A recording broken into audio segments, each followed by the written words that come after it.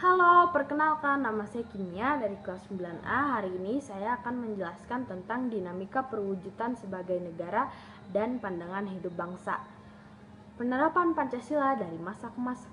Kedudukan Pancasila sebagai dasar negara dan pandangan hidup bangsa telah disepakati oleh seluruh bangsa Indonesia. Akan tetapi dalam perwujudannya banyak sekali yang mengalami pasang dan surut. Bahkan sejarah bangsa kita telah mencatat bahwa pernah ada upaya untuk mengganti Pancasila sebagai dasar negara dan pandangan hidup bangsa dengan ideologi yang lainnya. Perwujudan nilai-nilai Pancasila sebagai dasar negara sudah dilaksanakan sejak masa awal kemerdekaan, Orde Lama, Orde Baru, dan masa reformasi hingga saat ini. Masa awal kemerdekaan.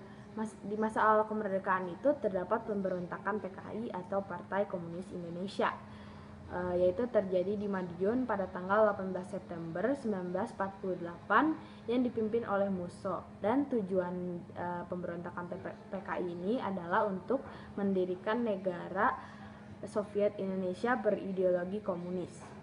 Lalu yang kedua ada pemberontakan Darul Islam, terjadi pada tanggal 7 Agustus 1949 dipimpin oleh Sekar Maji Marijan Kartosuwiryo, dan tujuannya adalah mengganti Pancasila sebagai dasar negara dengan syariat Islam. Yang ketiga ada pemberontakan Republik Maluku Selatan atau RMS, terjadi pada tanggal 25 April 1950 yang dipimpin oleh Christian Robert Stephen. Tujuannya adalah untuk gerakan separatisme. Lalu yang keempat ada perjuangan rakyat semesta, terjadi di Sumatera dan Sulawesi pada tahun 1957 sampai 1958 yang dipimpin oleh Soekarno, dan tujuannya untuk koreksi pemerintah pusat. Yang kelima ada APRA atau Angkatan Perang Ratu Adil yang terjadi pada 15 Januari 1949 yang dipimpin oleh Raymond Westerling yang bertujukan membebaskan rakyat Indo dari tirani. Dan yang terakhir ada perubahan bentuk negara. Ini menimbulkan krisis dan dikeluarkannya dekret presiden.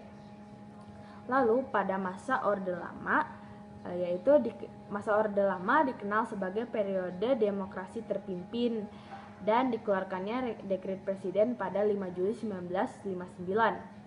Juga terjadi penyimpangan terhadap Pancasila dan UUD NRI. Lalu pada masa Orde Baru terjadi pemberontakan G30S PKI yang membawa akibat fatal untuk partai PKI lalu dibubarkan. Dan ada lembaga kepresidenan, yaitu pengontrol utama lembaga negara, kebebasan politik dibatasi, dan dibatasinya kebebasan pers dan berpendapat. Yang selanjutnya ada dinamika nilai-nilai Pancasila sesuai dengan perkembangan zaman. Yang pertama ada hakikat ideologi terbuka. Definisi ideologi menurut pakar Franz Magnus Suseno memiliki arti sempit dan arti luas. Lalu keterbukaan Pancasila merupakan Pancasila mampu berinteraksi secara dinamis. Lalu ada perbedaan ideologi terbuka dan ideologi tertutup. Kalau ideologi terbuka merupakan nilai dan cita-cita sudah hidup dalam masyarakat, hasil musyawarah dan konsensus rakyatnya, milik seluruh rakyat sekaligus menjiwai ke dalam kepribadian masyarakat, isinya tidak operasional kecuali diwujudkan dalam konstitusi, dinamis dan reformis, dan yang terakhir mengikuti perkembangan zaman. Sedangkan ideologi tertutup merupakan bukan dari cita-cita hidup masyarakat, dinilai dan cita-cita sekelompok orang yang mendasari nilai dan tujuan kelompoknya. Loyalitas ideologi kaku dan hanya hegemoni beberapa kelompoknya. Ketaatan mutlak kadang menggunakan kekuatan, kadang menggunakan kekuasaan, statis dan rigid, dan yang terakhir tidak mengikuti perkembangan zaman. Yang kedua, ada kedudukan Pancasila sebagai ideologi terbuka. Keterbukaan ideologi Pancasila memiliki nilai-nilai dan dimensi-dimensi sebagai berikut. Yang pertama ada nilai dasar, nilai instrumental, nilai praksis, dimensi idealisme, dimensi normatif, dan dimensi realitas. Dan yang selanjutnya ada perwujudan nilai-nilai Pancasila dalam berbagai kehidupan. Ini merupakan dalam bidang-bidang. Yang pertama ada bidang politik dan hukum.